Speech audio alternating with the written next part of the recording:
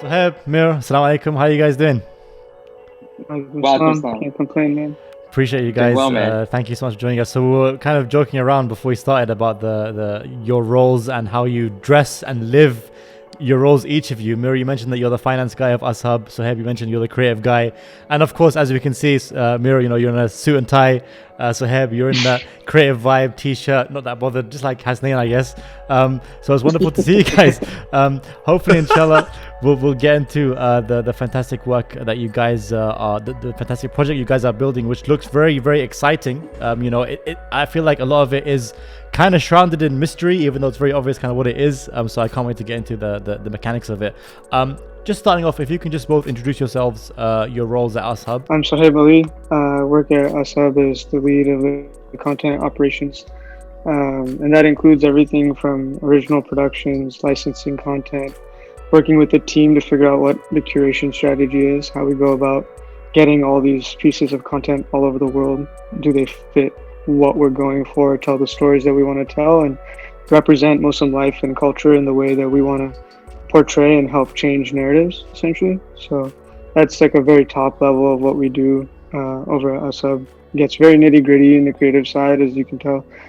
There's a lot of different people with different backgrounds and different ways that they approach storytelling. And part of what I do is figuring out what the best projects are for USHUB, what is going to help us move forward, what is going to help tell really important stories that are untold, and making sure that those projects are of the highest quality. One of the problems that we're trying to solve with USHUB is not having enough high quality content about Muslims that is written by us and penned by us, essentially. Who's writing our stories? Is it actually Muslims or people who have been in these experiences, whatever background they may have?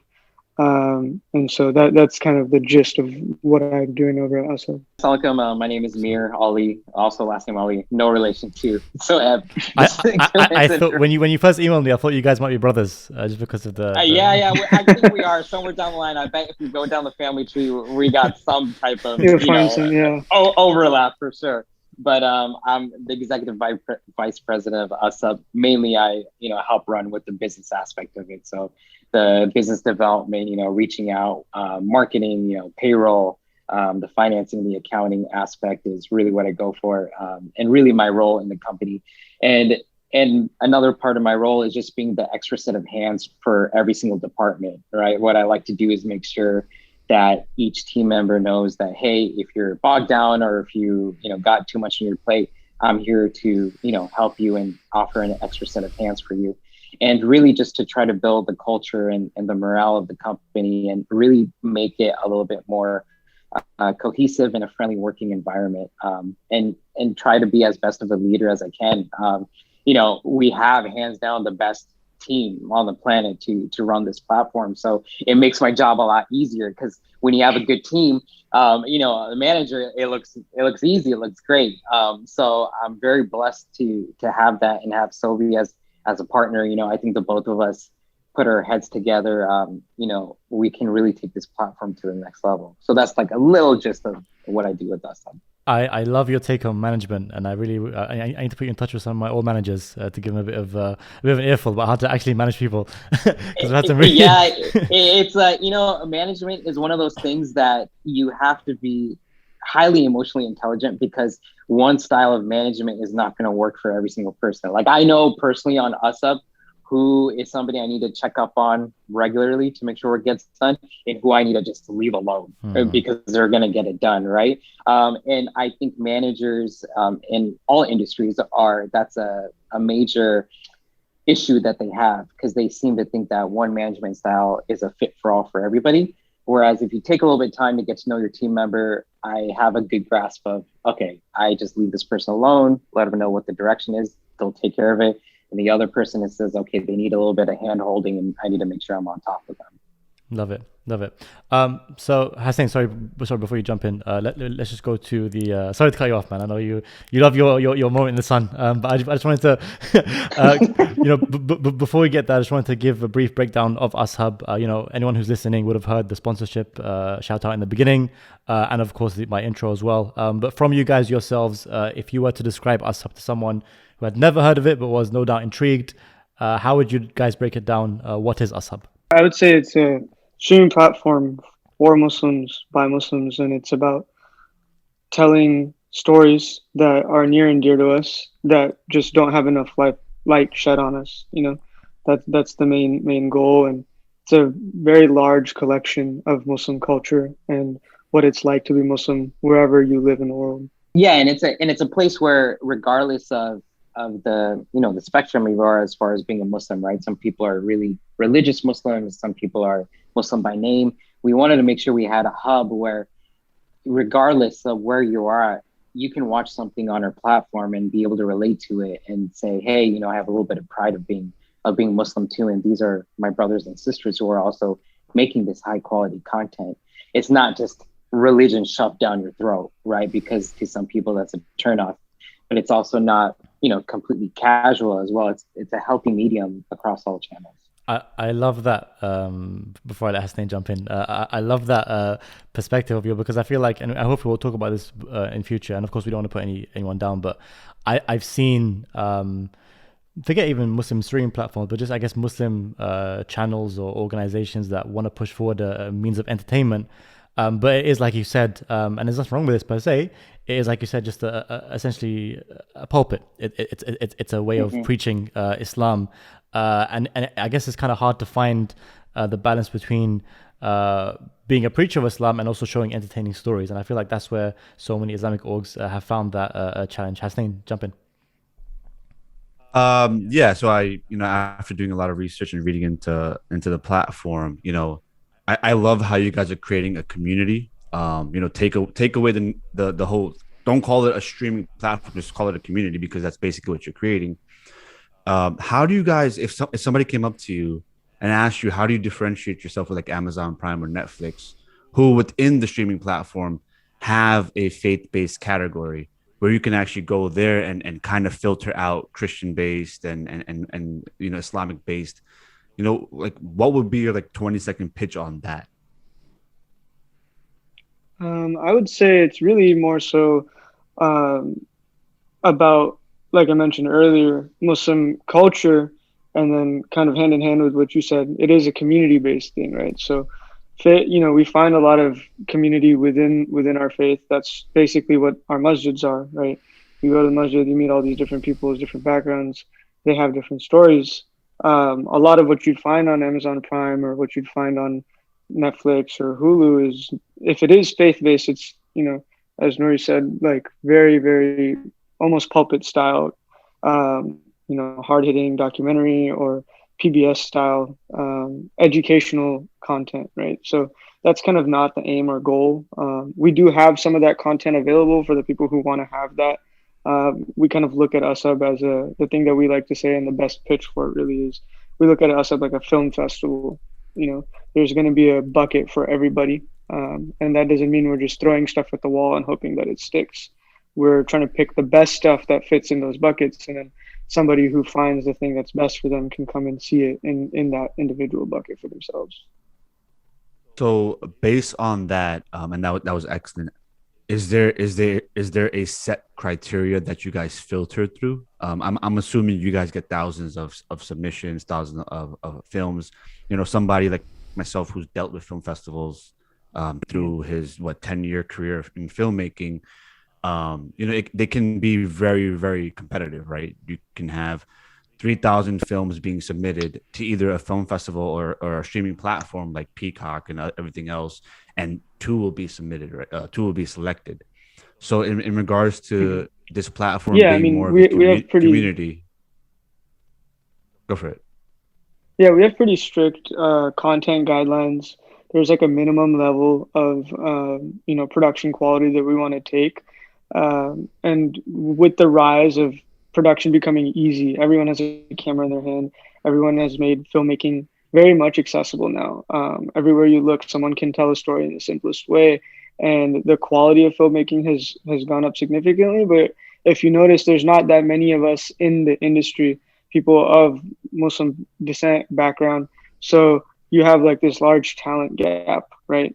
There's a lot of people at the top that are super successful. You have your Riz Ahmeds, you have your Hassan Minajs, your Grammys, and then you have a lot of people who are just starting off, and then you have nothing in between, right? So we're looking for those people that are in between to submit content for. And so when you come to our page, when you come to our platform, you're going to see content that looks like it belongs on Netflix, looks like it belongs on Hulu, looks like it belongs on Amazon Prime.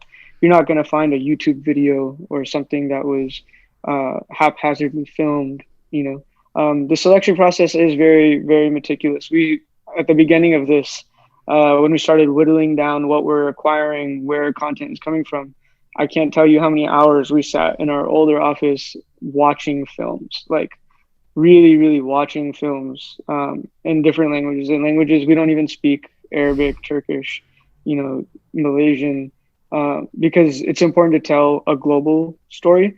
And so then there's a lot of pausing and playing, and then what does this mean? What does that mean?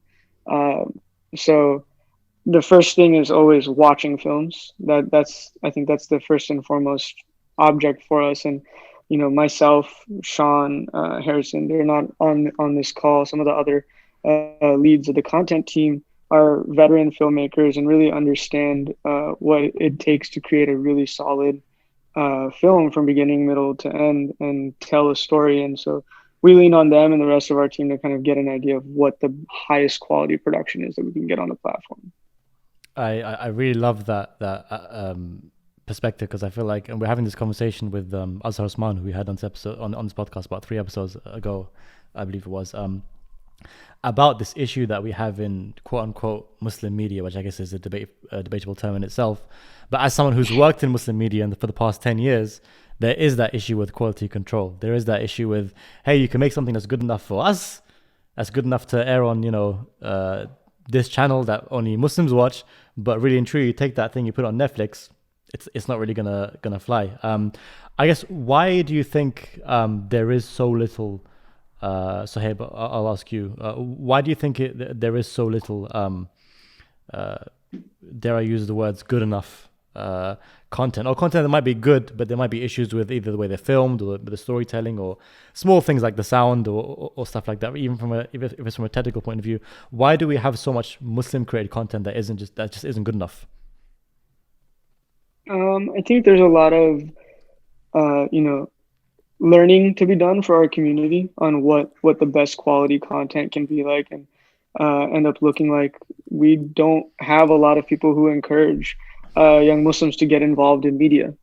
I think that's where it starts. Is we have a lot of doctors and lawyers and engineers and blue collar job workers, and that's great. And so I think now with where we're headed globally, that's the shift. Is we want to encourage that, and that's part of USHUB's goal. And inshallah, that's what we want to inspire with people who see our content. So I think that's where it starts, where it's like not many people are ready to take that leap and get the skills required or learn behind it. And then additionally, there's not a lot of support. And, at this time for getting filmmakers funding for their projects, getting them further support where you can go and get a short film about a Muslim made and get on, Kickstarter or Indiegogo and raise $50,000 for your story about a Muslim teen or a Muslim grandmother and their immigration story or something. It's like it's almost it's been an afterthought for so long, And the people who do shine, the people who are really good,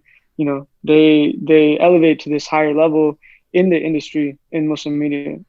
That's how you end up with your Riz Ahmeds, your Mahershalas, that because they're the cream of the crop, but they do stand out. They do stand out in a sea of not that many people.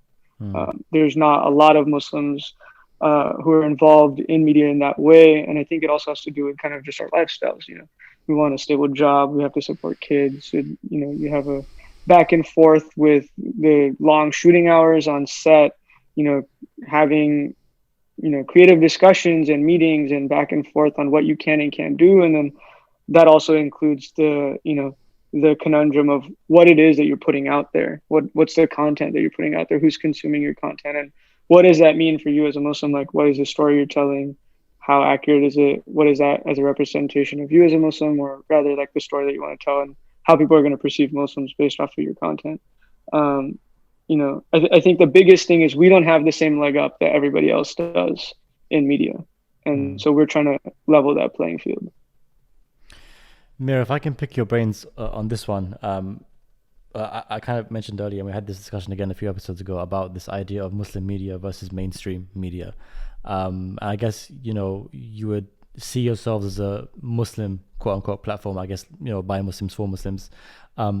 So what is like the criteria, I guess, for a content coming in that you would define as having a place to belong on your platform? So for example, you have your Ramis and the Night ofs and those kind of shows who might feature Muslim characters.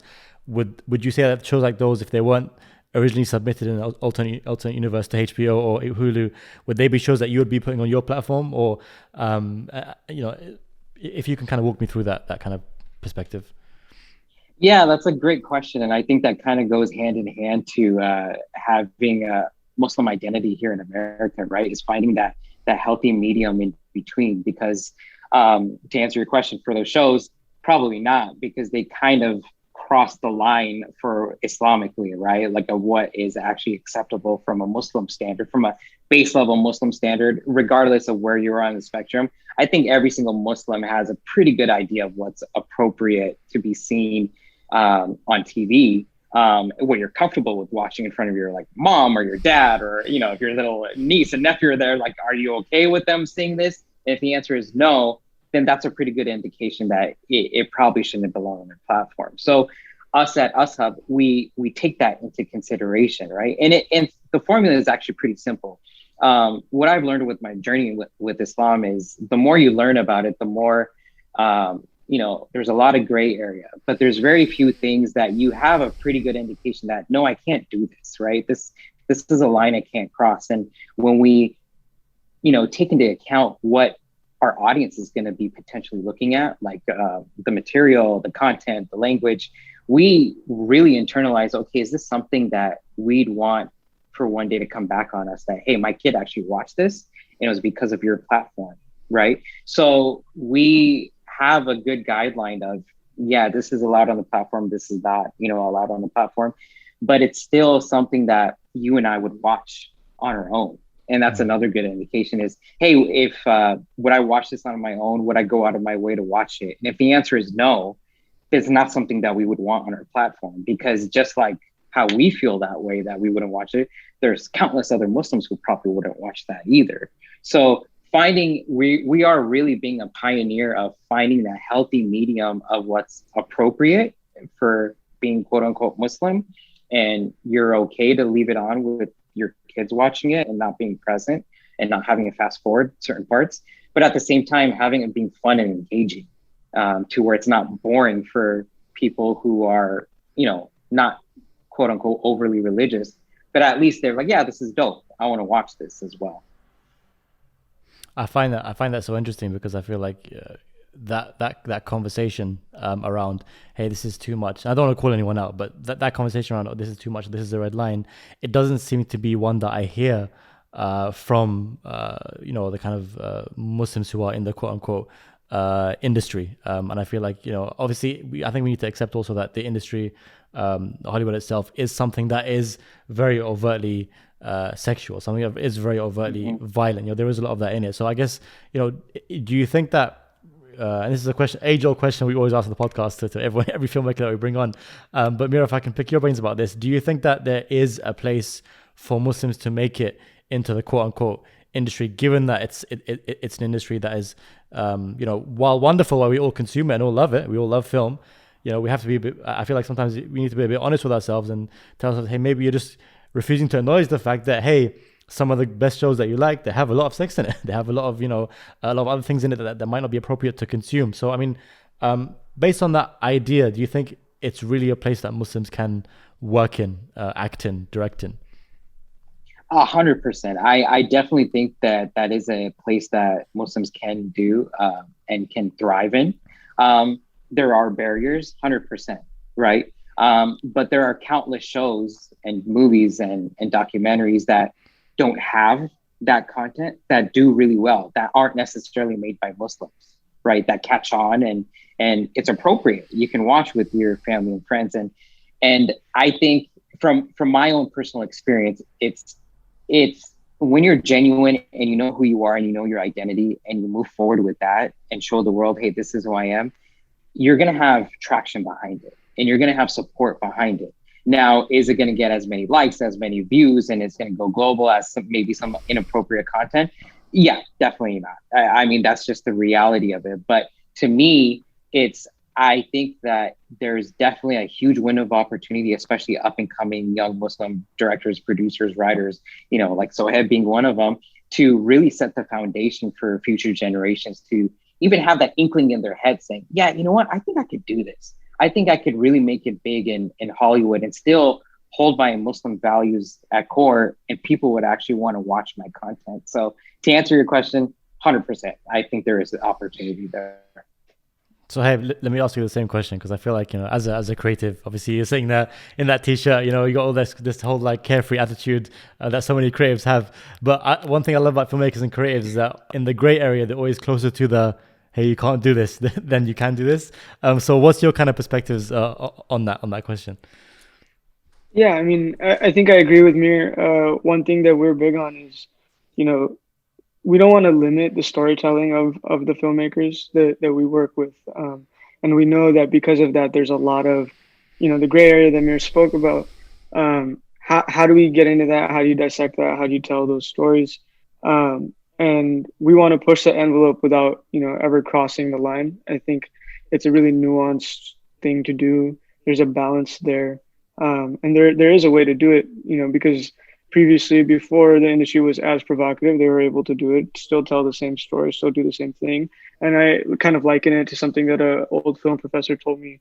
While at film school was like in the 60s or 70s or 80s, they still made some of the best movies you've ever made. And the equipment they had was much less high tech than what we have now. A dolly is a dolly, a camera is a camera, and tripod is a tripod. So can we use the same tools that we have to tell the same stories? Can you be provocative without showing? Yeah, you can do it implied. And I think that puts the onus on us as the creatives to do it ourselves and figure out what the solution is, the workaround is. Has the world changed in the 100, 200 plus years that Hollywood has had its rise and fall and then rise again? Like, yeah, of course. So that also means storytelling has changed, and how we do that needs to be adapted. And I think, like Mir said, as a community, we want to support that. So when we're putting projects out like this, that's on us as a community to help support those items that do that. And there's examples of people, for example, like Gus Khan, like he's probably like the best example of somebody I can think of in the media who really doesn't forego his Islamic values, in my opinion, when presenting himself either in stand-up and TV shows, in movies. And he does it without fail, time after time. Does he push the boundary? Yeah, of course. And it's up to him to decide what boundaries he's willing to cross or not cross. And I think, like Mir said, we have a responsibility as a team of what we feel comfortable showing to whoever's watching. But it really is on us to find a creative solution to tell those stories. That's the main thing. And I think the envelope does need to be pushed to have some of these difficult conversations, stuff that our parents wouldn't necessarily watch or wouldn't necessarily talk about, are things that we have to talk about, or things that we encounter because it is part of our global daily lives. What's happening to young Muslims, or what's happening in the US versus what's happening in the UK, or what's happening in Canada, Australia, wherever you may be. Every person's experience is different. So how do you tell those stories without pushing the envelope? That's something that, if we are creative, if you are a storyteller or a filmmaker, it's just like a minor obstacle for you, like another little hoop to jump or something. It only makes you that much better. I think it gives you another thing to figure out and work into. And now it's like playing the game on hard mode almost is the way I like to think about it. Extreme mode. Yeah. I'm gonna jump in here from my perspective, because I agree, but I also disagree with that. I do agree with with having values, but when it comes to, and this is my perspective and mine alone, when it comes to filmmaking, it's a form of expression, and again, this is my opinion, that should be very visualized, right? So for example, like a kissing scene, if you're playing a husband and wife, it's like, it's hard for me to play around that, right? Like if you're playing husband and wife, it's really, from a storytelling aspect, it's very hard for me to be like, okay, these two husband and wife that are playing husband and wife just don't have any intimacy that's shown behind, like that's shown to the camera, to the audience. So I struggle with that as a filmmaker, and I see what you guys mean in regards to, you know, having a guideline, and what we see and what you see is kind of what we want to showcase. But then again, and I'm pretty sure, like for example, Sohaib, who's a phenomenal creative, and I'm who's a creative, and Nuri, that you're a creative, and Mir, you're a creative. I think all four of us, when it comes to our values of filmmaking, is totally different. You know, what Nuri might not want to see, I'm totally fine with that, right? And what I might not want to see, Nuri, but yeah, I'm totally fine with that. So for me, it's that's kind of where I get confused and conflicted, because that's one part of it, right? Like the storytelling of the visual arts of it. And then that's the second aspect of it, which was funding, which Suhaib mentioned earlier, was somebody like myself who self-funds all his films out of my own pocket. I work a 9 to 5. I'm not a freelancer like Nuri, unfortunately, but I work a 9 to 5, and I do my arts on the side and on the weekend, right? So if I book a role, I'm taking PTO at work. I still get paid at work, but I'm on set. And I just save up, and, you know, 8,000, 12,000, whatever it costs for me to make my short films, I do it. But do I ever see that reward back to me financially? No. But do I get praises and into film festivals? Yes.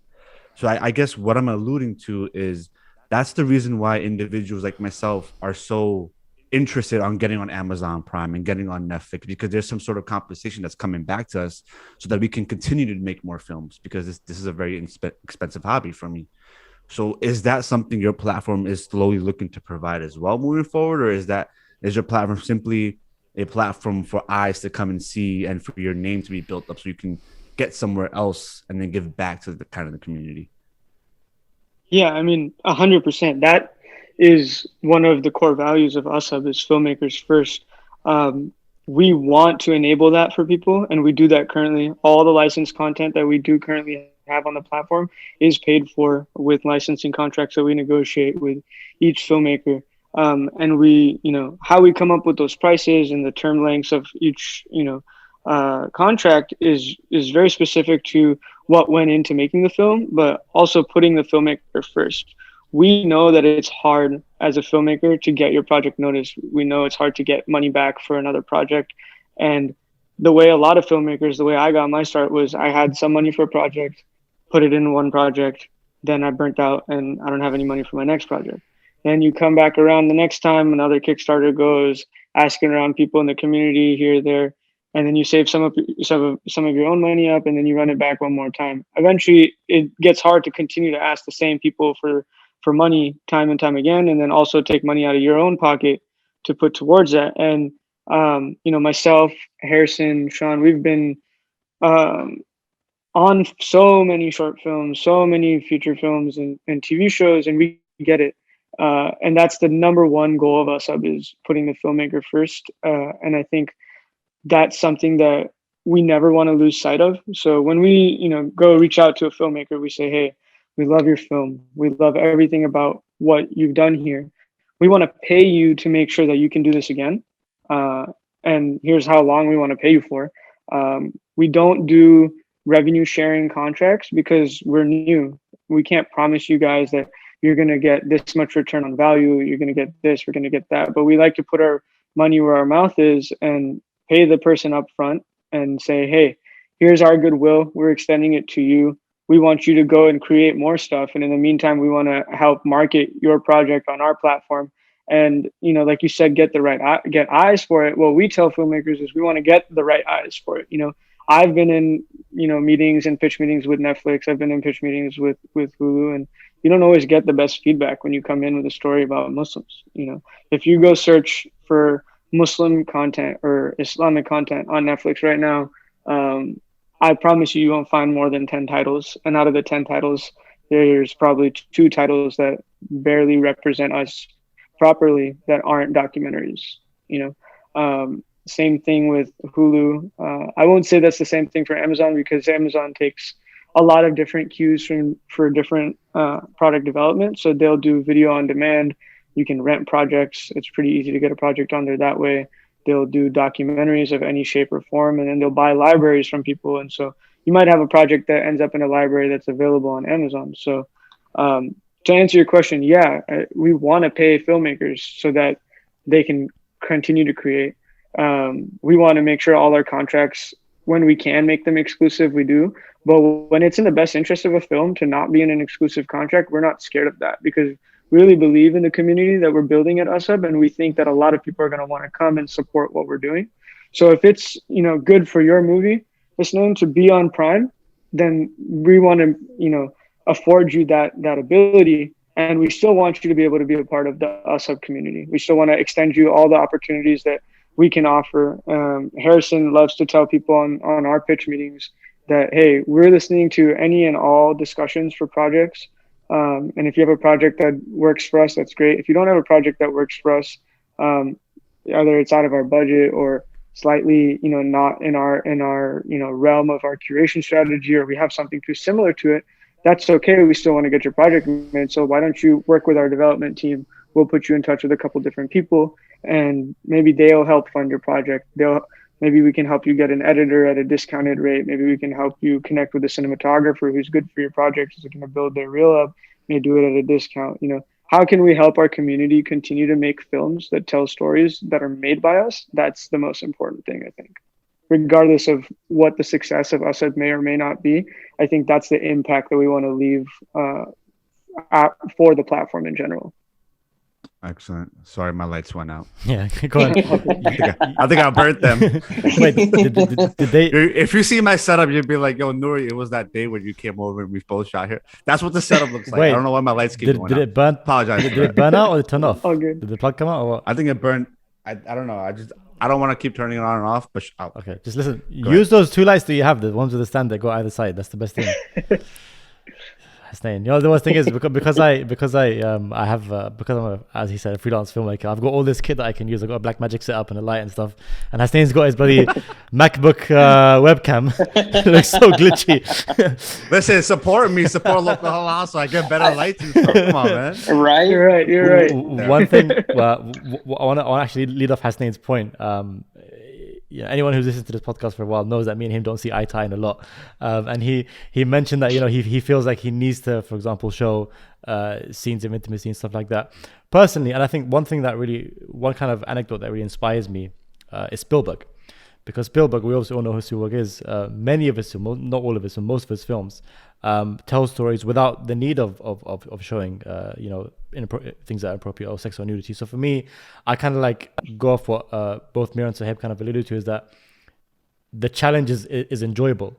To show a love scene without having to show sex, to show intimacy without having to show a kissing scene. And I think that challenge for me is interesting. But the reason I brought it up is because obviously me and Hasnain have very different opinions. We're just two guys. You guys are catering for a whole Muslim community in America, which is like, I don't know what the number is, a few million, I think, Muslims in America at least. How are you catering for the vast spectrum of Muslims, be it, for example, in terms of ethnicity, in terms of culture, in terms of sect, for example, even, for example, in terms of religiosity? You have your liberals, your conservatives, like you said, like you mentioned before, Mir.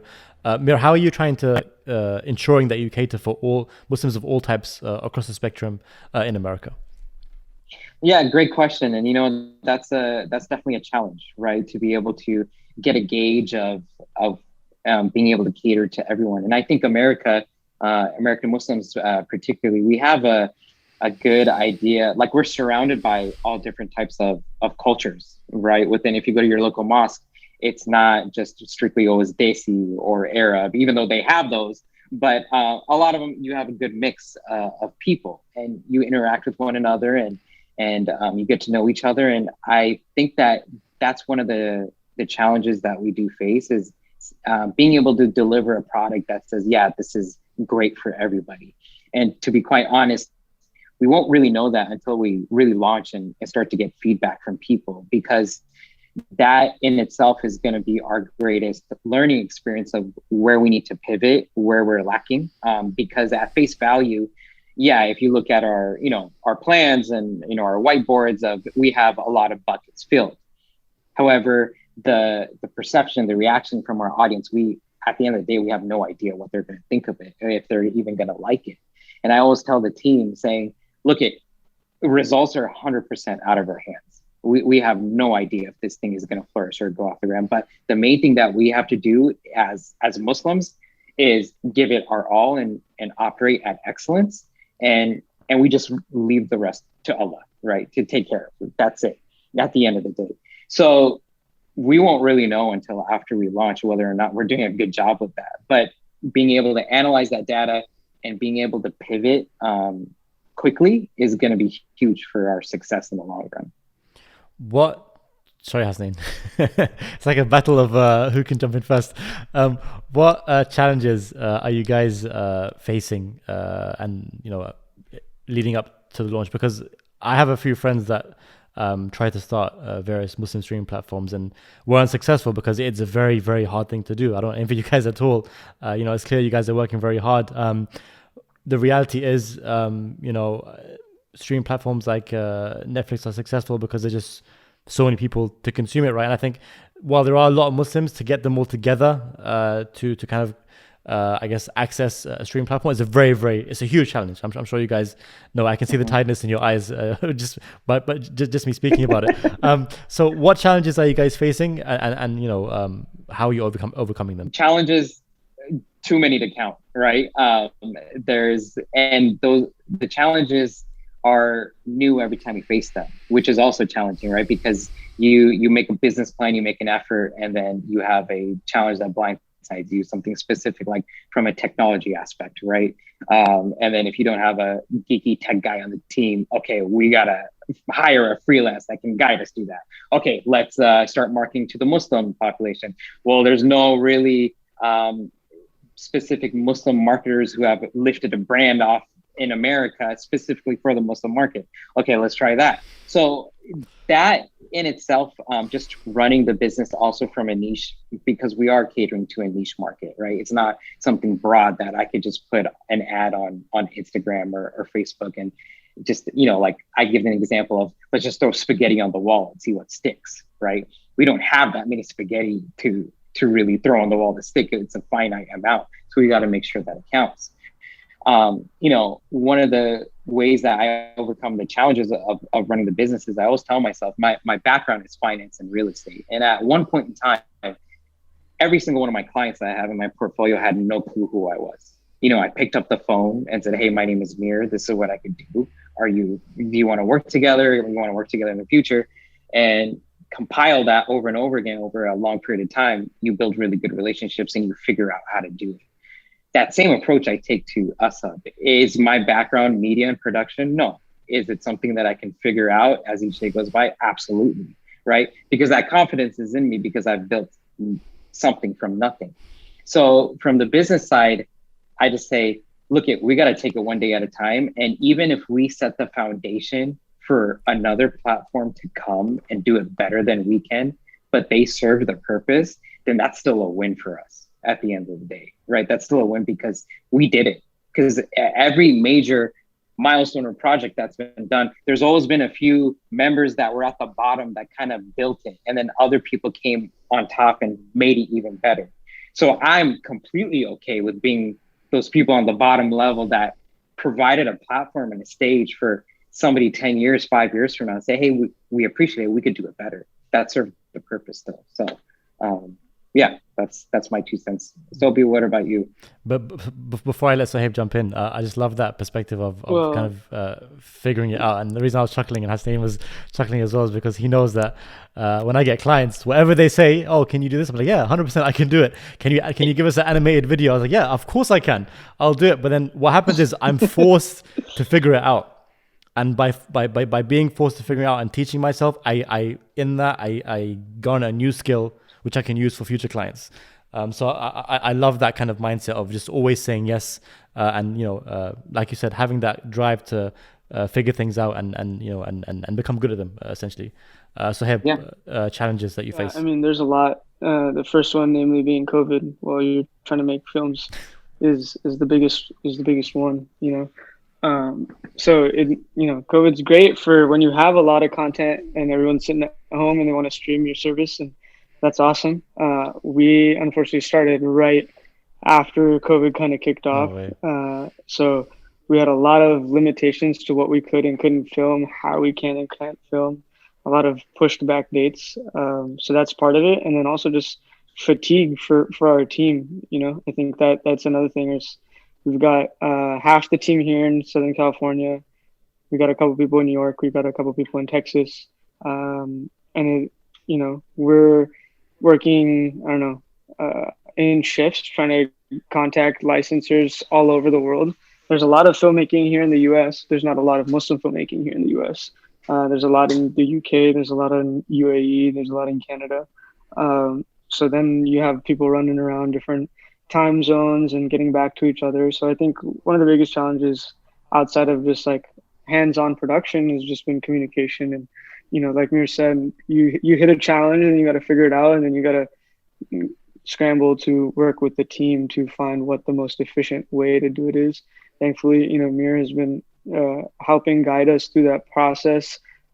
He loves to really take it a day at a time, and I'm a little bit of a chronic planner. There's huge boards on the wall with timelines and dates of when things are coming in, and then it gets moved down the road and I start to panic. But, you know, that's just how it's going to have to happen while we're doing this during a pandemic. I think that's one of the biggest challenges, but it's also allowed us to, like I said before, sit down and get creative with how we approach what we're approaching. And I think one of the questions you asked before was like, how do you make sure you have enough stuff for everybody, or how do you make sure you have enough content for everybody?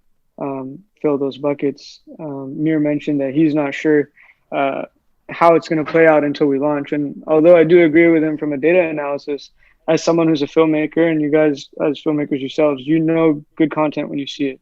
It takes you 10 minutes to figure out if it's shot well, lit well, you know, sounds good.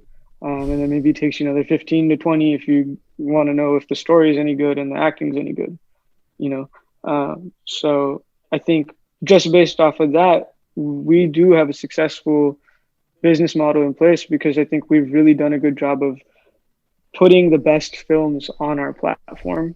And that's a challenge in itself. What projects can you bring that are, you know, above board in a content light, and then additionally fit the curation strategy that you have? We have so many nuanced discussions, like how does this fit here? How does this fit there? You know, are we filling this bucket for African American Muslims? Are we filling this bucket for Muslims in the UK? Like, did anybody check on, you know, Malaysian Muslims, and what do they think about, you know, content that comes out of Malaysia, or, you know, what's happening in Canada? What, you know, we have to keep our fingers on the pulse in all these different places, because I think that's the only way. If you pigeonhole it too hard, and, you know, you're taking away from the fact that Muslims are global. We're everywhere. We're literally everywhere. And so if you take away from that, we limit what we're able to bring to the table, what stories we're able to tell. And that's not something we want to do. And the way we get around it and the way we combat that challenge is just really good team communication and being on the same page, letting everybody know, like, okay, here's this new thing that we have to figure out. Here's this new thought process that we have to look at these projects with. Now that we have that, how do we move forward, and getting the whole team on board and, you know, moving as a squad essentially. So I'm gonna jump in before Nuri jumps in. I'm gonna stick on the issues and problems, because alhamdulillah, I hope this platform works out. I think it's amazing. I read all about it. I think this is something that the community should fund and back. I'm a big believer in it.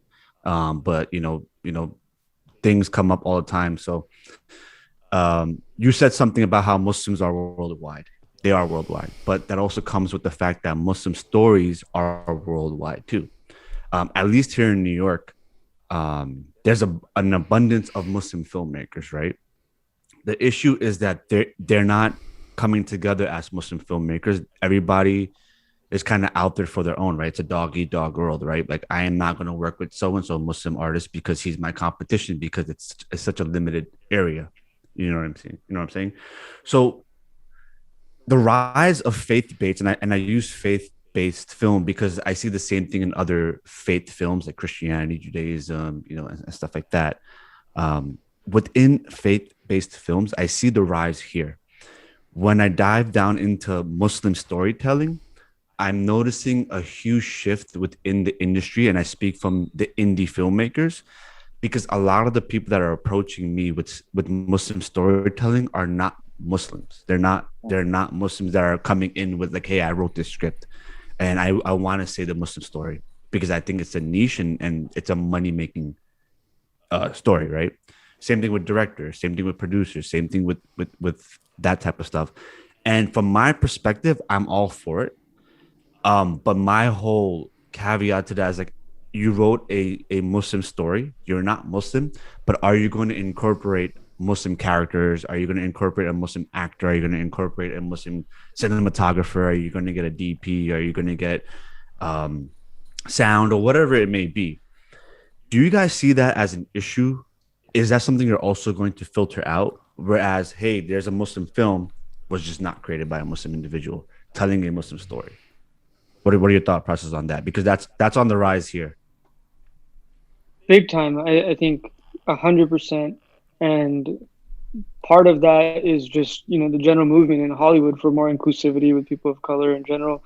You know, you're seeing posts for crew, specifically, you know, diverse crew, and that's what you want to do. And you want to get the best of the best. Sometimes, like I said, the talent gap is there. Do I necessarily, like, there's a vetting process for every licensed piece that we have.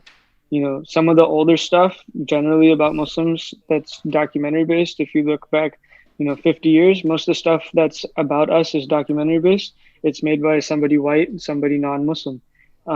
Does that mean it's not a good piece to have? Probably not. That's not the case. We will license that kind of stuff because it's usually in the educational form. But when you get into the narrative, you know, bits and pieces and telling an actual story, I think, you know, myself, Harrison, is a huge proponent of it. Like, he'll be the first person to say, yo, we can't have that on the platform because it doesn't make sense. Why is, you know, so-and-so making a film about Muslim women? You know, that's not a Muslim woman who's making that project. That's not the voice that should be telling that story.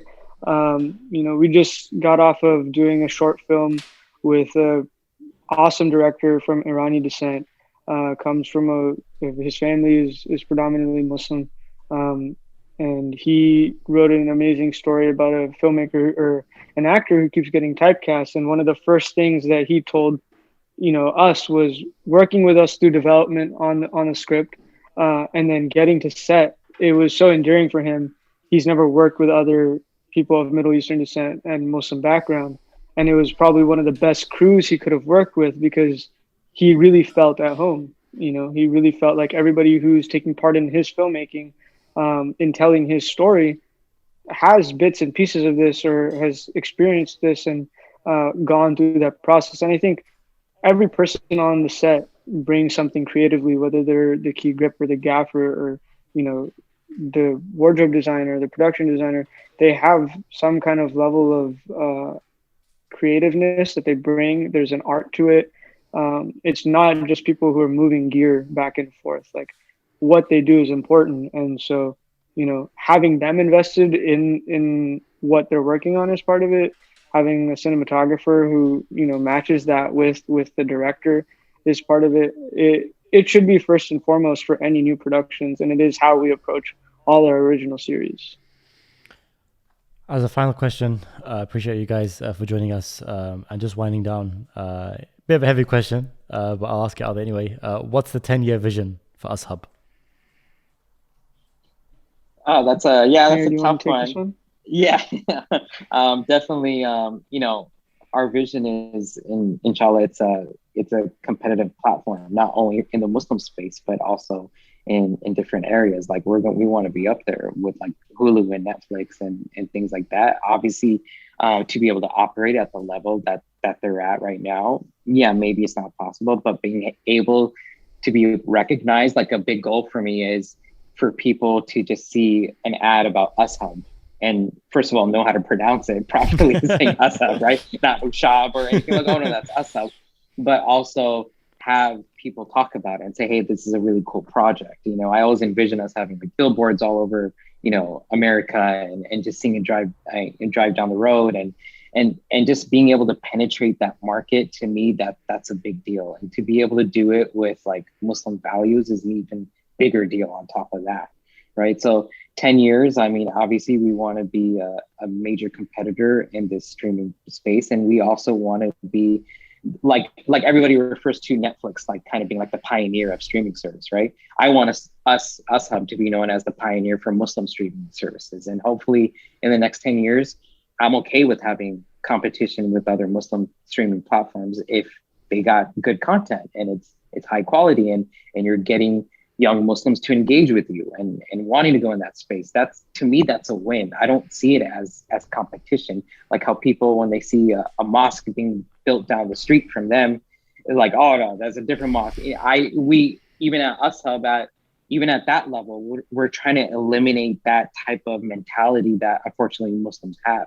So really, we want to be the example setter of what happens when you have a group of really talented and dedicated Muslims, what they're capable of achieving, you know, over an extended period of time. To me, that's my goal. The data and the analytics, yeah.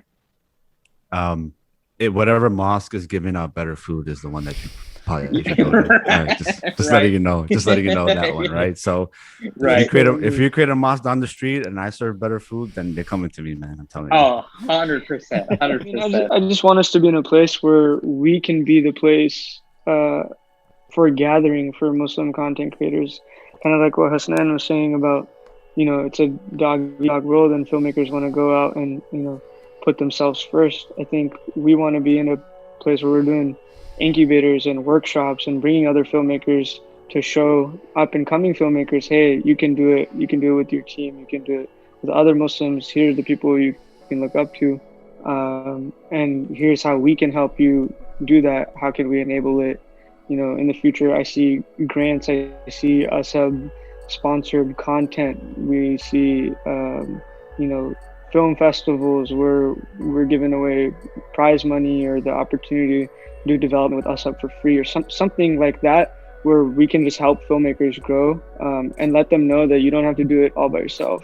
Hasnain and Nouri, I'm sure, you know, you guys probably experienced this as filmmakers. There's not a lot of us in the space, so you look around and you're like, where are my peers? And then it takes a while before you find your peers, and sometimes they're way ahead of you and sometimes they're not willing to lend a hand. And, you know, I think that's the opposite of what we want to do. And then in the longest term sense, you know, 10 years down the road, hopefully USHUB is still around and we're successful and we're getting a lot of new content. USHUB will be launching, inshallah, fall of 2021. We do have some NDAs that we signed, so I can't release the exact date. But you can catch us on all social media platforms, Instagram, Twitter at ushub.tv, and also check out USHUB, USHUBTV.com. You'll be able to get a synopsis of the entire platform and the team, and you'll actually be able to sign up for the streaming platform right there with your name and email address, and you'll get up-to-date notifications when we do launch. But it's right around the corner, so it's not that long until we launch. Wonderful. Appreciate you guys. Awesome. Take care. Assalamu alaikum.